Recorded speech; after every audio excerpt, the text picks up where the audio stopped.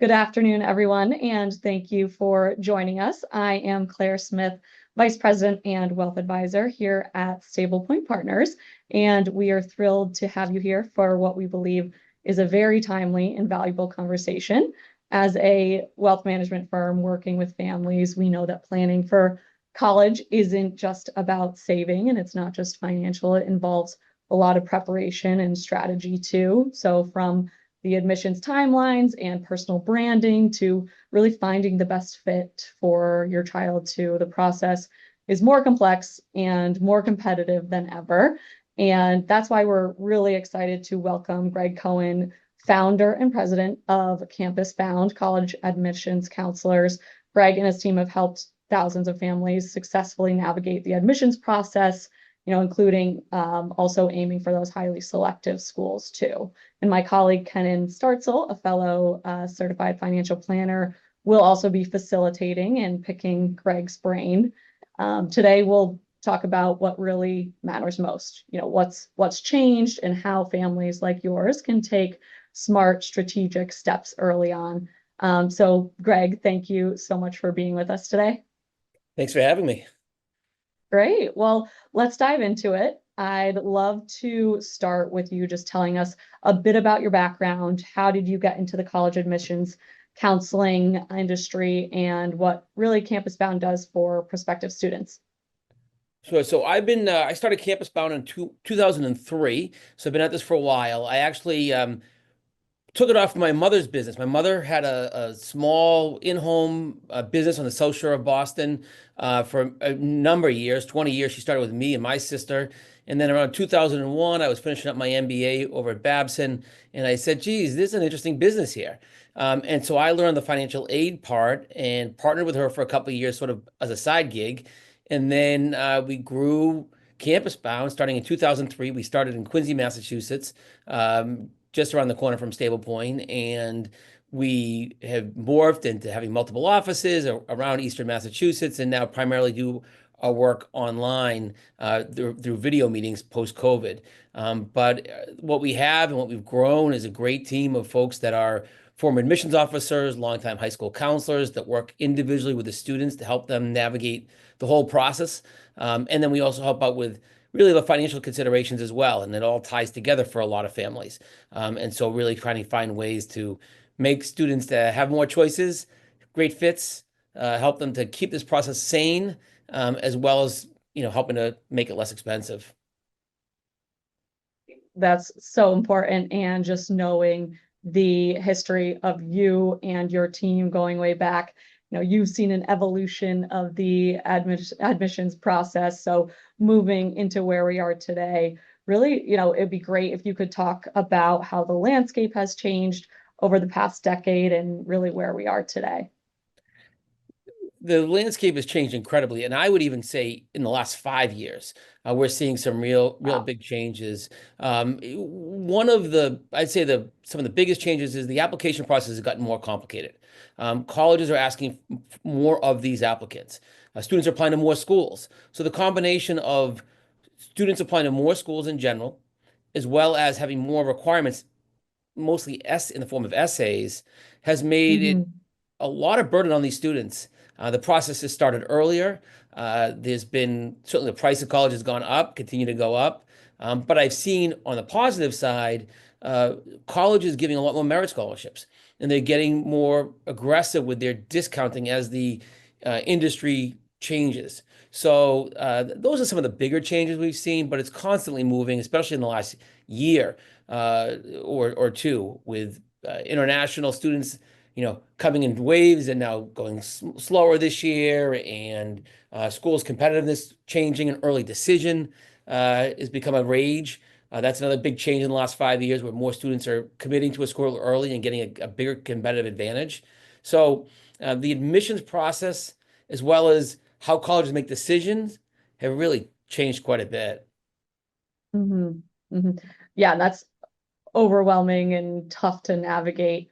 When you just want the best for your child. And I think it'd be great, getting deeper into those specific process and strategies, and having someone like yourself, like your team there as a counselor is just so, so valuable.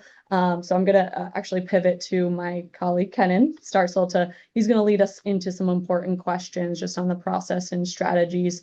He's been able to sit down and get real with Gregg on some things. So I will pass it over to Kenan. Thanks, Claire. And Gregg, thanks again for joining us today.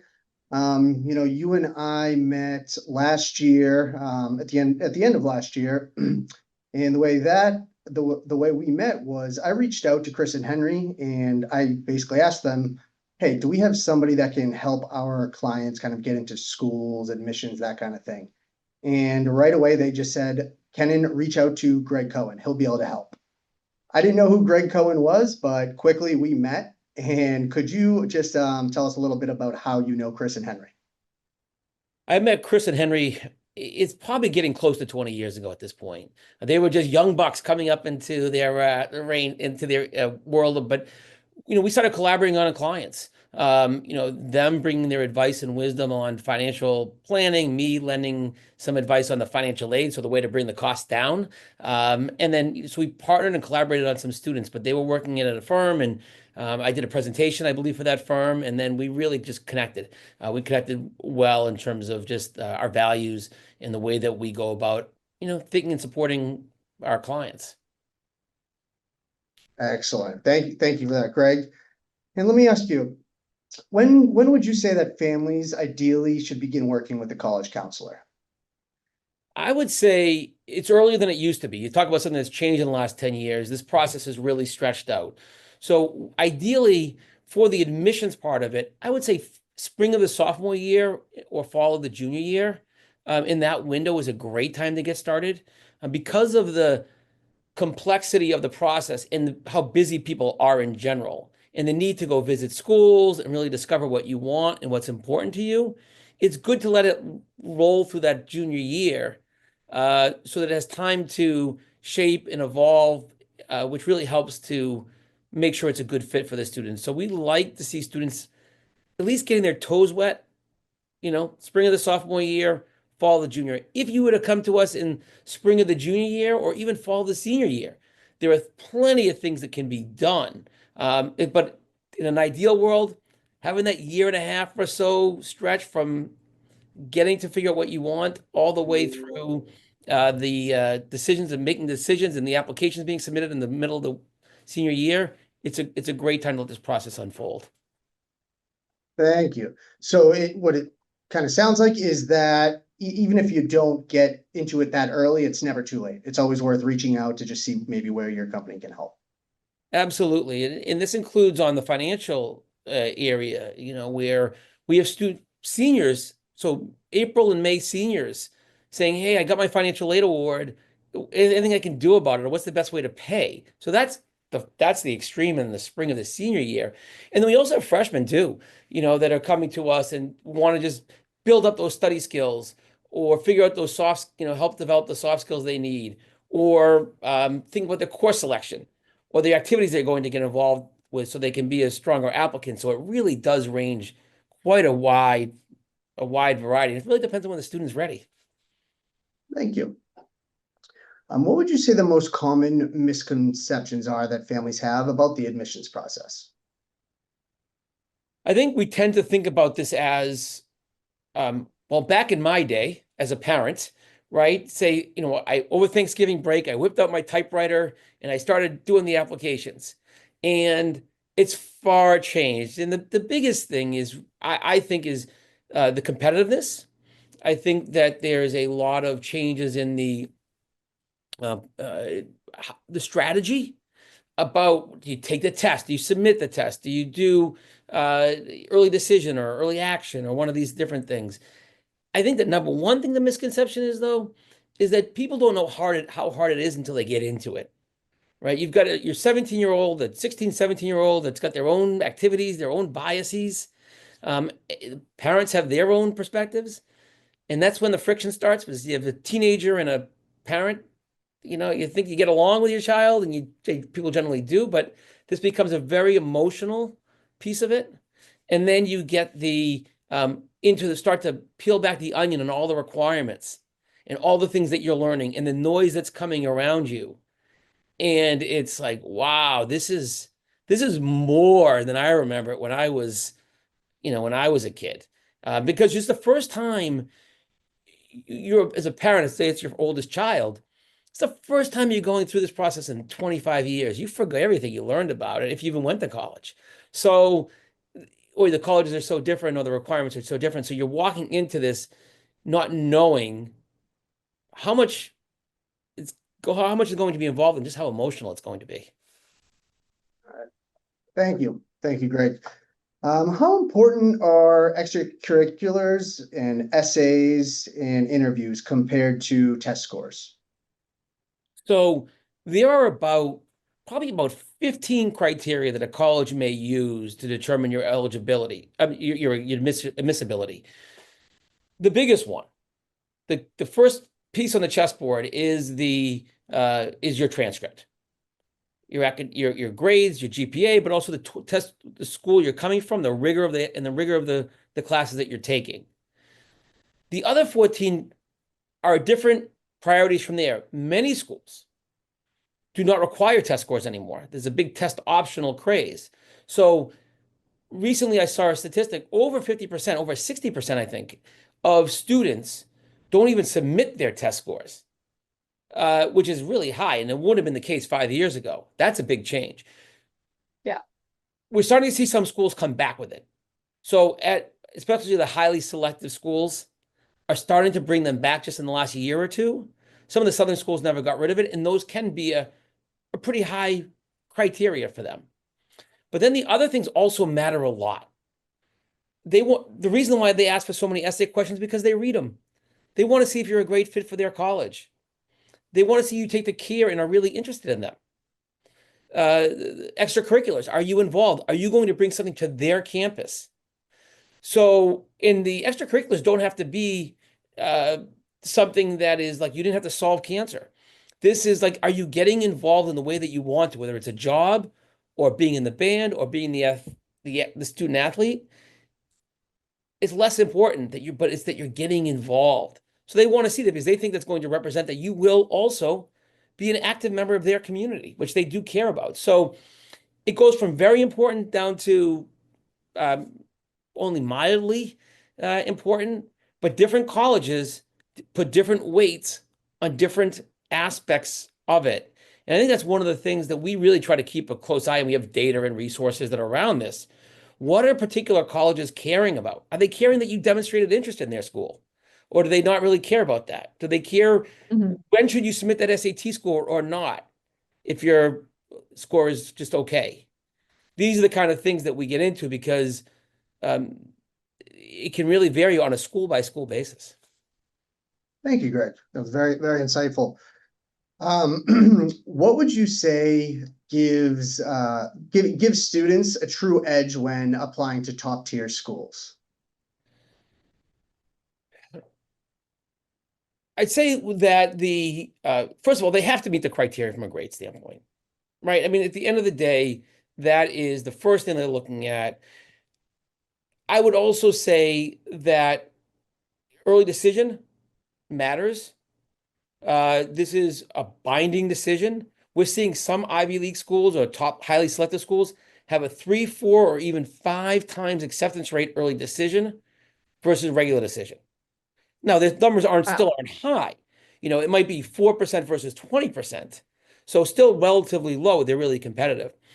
I think doing something that is a little extra can be very helpful too.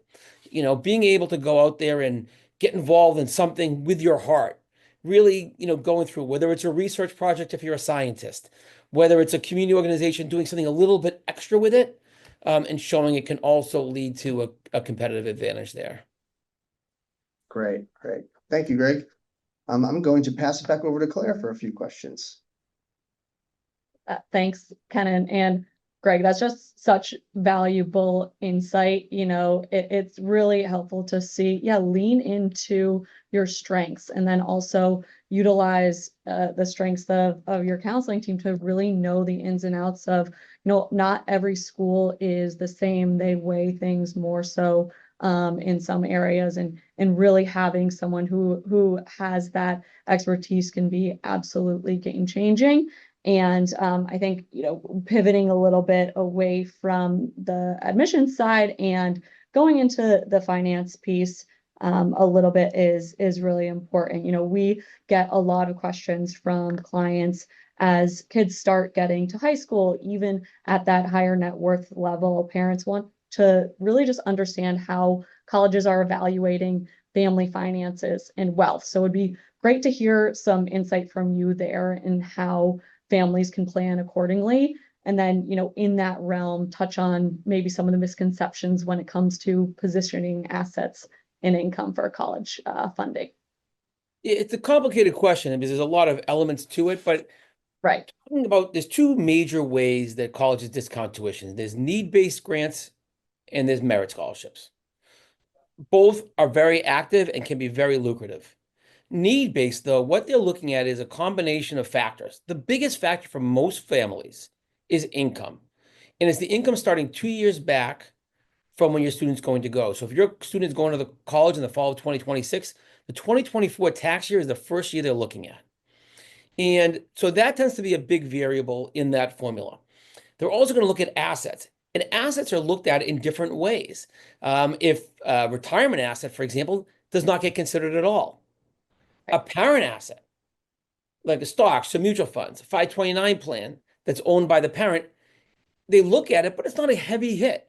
Just 5% of the value of that goes towards what they expect you to pay.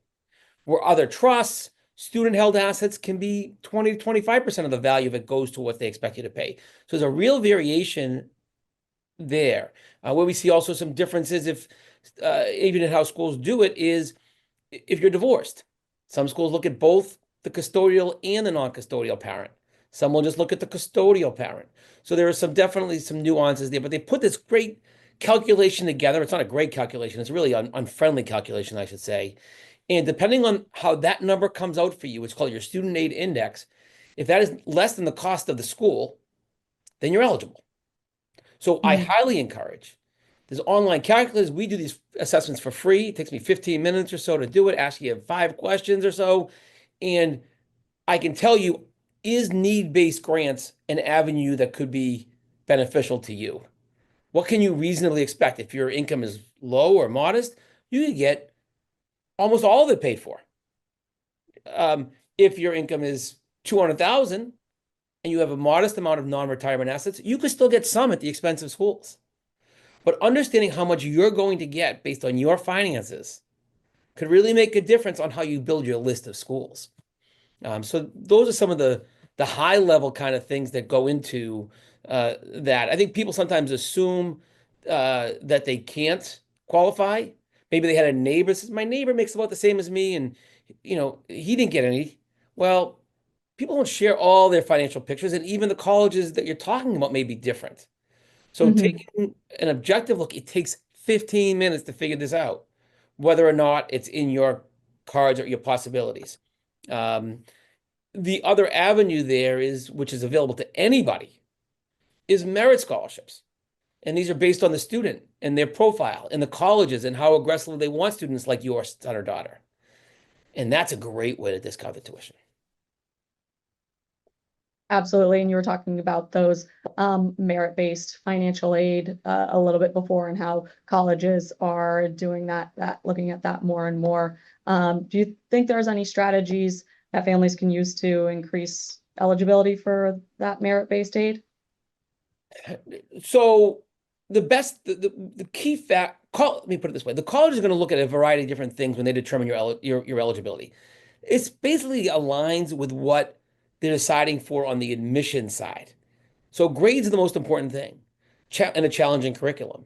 So a student that is doing better in school is going to be more attractive to more colleges. And when they're attractive, they get money. So encourage a student to do well. It may be also test scores. If a school is looking at test scores, or if their scores are really good, that may be one of the criteria they're using to determine it. So doing the test prep, taking the time with it, taking it multiple times, maybe end up being valuable in their consideration.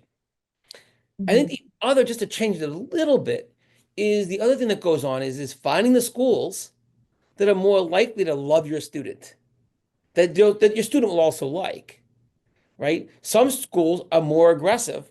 Other schools give very few or no students merit scholarships. And I won't pick on any names, but there's a lot of them in Boston that say we're not going to give out our money based on merit. We want to give all our students that those that have the highest financial need. And that's where we're going to put our money. Other schools are saying, no, we um, we want to attract students. And just to give you some sense, there are schools like Northeastern, an excellent school. They're giving out, we see a number of $20,000 to $25,000 a year merit scholarships for students. That's great. That's $80,000, $100,000 over the course of 4 years. That's meaningful. So finding the schools that are going to love your student is part of that. Make your student better or help your student to get better, which we know how hard it is to motivate a 16-year-old. But they're doing what they can, but then also finding those schools that are going to be more merit friendly for them can really make a dent. And then you can find that triangle of it being a good fit for them academically, socially, culturally, geographically, and then financially. And that's what we really want to lean into. Yeah, it sounds so common sense, good grades, good test scores, but how it translates, you're absolutely right. It can be so nuanced. So pivoting to coordination and planning on the financial side, it's important to note that each client situation and goals are really different. We talk about that in our financial planning sessions all the time. But when it comes to college, some really want to fund their the full college costs of their children. Others prefer to have their kids have some skin in the game. And these are important conversations for parents to have with each other, with their children, and an area, where you as a counselor can really help navigate that too. So with that said, I'm going to actually hand it back to Kenan on some follow-up questions as well. Let me just jump in on that, because one of the things that I love doing is, and I've done this a number of times over the years with you folks and others, is help them to figure out the budget. What's your criteria, right? What is going to make it so that you can meet your other goals and your other needs and your values and your beliefs and so forth? And this is freshman, sophomore year. Okay, let's keep on saving. Let's keep on doing what we can. And then I can come and say, okay, if the budget is X, let's find schools that are more likely to be at that price level. We don't know until the very end how those scholarships are going to come in or the need-based grants are going to come in, but we can predict. We keep a lot of data on that. So it allows, that combination is so powerful for it, because it just seems like a lot of money for families, right? And it's so scary, and it's like, no, let's sit down, let's break out the calculator, or the fancy calculators that you all use, to really figure out what is going to not jeopardize your needs as a parent and your other goals, while giving your student all the opportunity that you want to be able to provide to them. And so that's that combination that really works well.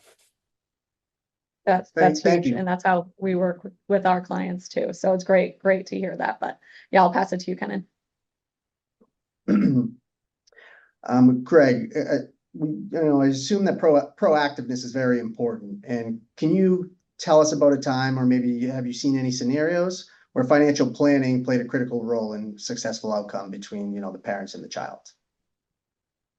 Oh, having conversations with your child early on, not in an aggressive way or a demanding way, but even just to start to float the idea of, we have to wait to see how the money comes in, right? And they're young. They don't quite appreciate just how much this is going to impact a family's finances. So, but by dripping it in, we've had a lot of success, as opposed to burying your head in the sand about it. So broaching it on an occasional basis and introducing it to them over the course of the college search process, we've seen time and time again, it's removed friction, it's removed emotional decisions that end up being they're costly, because the students, and we've seen this time and time again, when they've had the chance to say, okay, I need to factor this in. And if you're from a high school that maybe a lot of the students are well off, their friends aren't talking about this. So they're not aware of your particular situation. So the one that's been successful is when it's been broached early and occasionally throughout the whole journey. Got it. Thank you. Could you share an example of a student who found, the right fit college through your process? Yeah, I mean there's hundreds I could pick from, each year. I think that when I think about a particular student, it's a student that's being thoughtful about the process and what's important to them and doing that reflection. So there was a one young lady who had to think about all three aspects of it. She was a strong student and she had a lot of choices, would have had a lot of choices. But as she went through this process, she had to decide what her major was going to be. She didn't have to, but she wanted to give that consideration. So she had to make sure that the college had a good program in that area. So she took the time to do some research, to think about the things that she liked to do. Um, she thought about the non-academic factors. Like, if I go to school there, I'm only going to be come home a couple times a year. Is that okay with me? Or getting on a plane and seeing that school as far away and say, geez, well, it was a direct flight and the campus is only 15 minutes from the airport, so that wasn't bad. But it wasn't until she got onto the plane and then the rental car that she could really appreciate the how hard or easy it was going to be to get from that. So there was a non-academic factors. And then the third part of it was the financial piece of it. And the mother had some concerns, and it was a divorced family. And there was some difficult conversations there. So we had to find a school that was going to be one that we thought, based on the family's finances and the family's demographic, would be generous. And then we had to talk about the early decision. And she ultimately felt that based on those criteria, there was a good chance she was going to, those schools would meet her needs, and she went for it. And so the thoughtful process on all three legs of those ended up in a really good result. Thank you. It really sounds like, the quicker you get started with college and everything is just, it's really going to pay off, and you just don't want to wait on it. Right. The process is such a big effort, right? There's so many complexity to it. And what our approach is to break it into little pieces. We don't want to overwhelm the students. We don't want to, micromanage it or something like that. We want this to be a process that they engage in, but they have some guardrails. You want to have the student, as they're getting off to go to college and they're going to have a lot of flexibility in their lives, right? Mom and dad aren't sitting on them to get their homework done anymore, right? At this point, even when they get to be teenagers. So you want to give them the opportunity to grow and find and change their mind and develop, but you don't want them to procrastinate either or make some bad decisions. So by having these regular checkpoints, being able to give them feedback, give them ideas and concepts and things to think about, parents too, it really makes it become less stressful and more successful. That's great. I mean, Greg, these have been such great insights, and I'm sure we've really only scratched the surface here. So as we start wrapping up here, I'd really love if you could just share where families can go to learn more and maybe schedule a consultation with you and your team. Sure, thanks. So our website is campusbound.com, campusbound.com. And you can fill out a contact form, read all about the different services that we offer. If you fill out a contact form, one of our great counselors will reach out to you about setting up a no obligation appointment, whether it's on the admission side or the financial side or both. And we always start off with that. Let's just get to know and see if it's a fit. We offer a number of different packages and services. So we have a lot of things that meet each person where they are, or each family where they are. So we all do that, as well as really getting to know you. And usually you get some really good advice, personalized advice. That's wonderful. Addressing our clients and friends, we really hope you've found this valuable. I know I have, Kenan has as well. And again, we'll share Gregg's contact information, also contact Campus Bound too. But we just thank you for joining us and taking the time today. And of course, we'll always be incorporating your strategies into your financial plan with us, and it all really goes into a cohesive financial plan that we're always on top of. So again, Gregg, thank you so much. Kenan, thank you, and we hope everyone has a wonderful rest of their day. Thank you. Thank you. Thank you.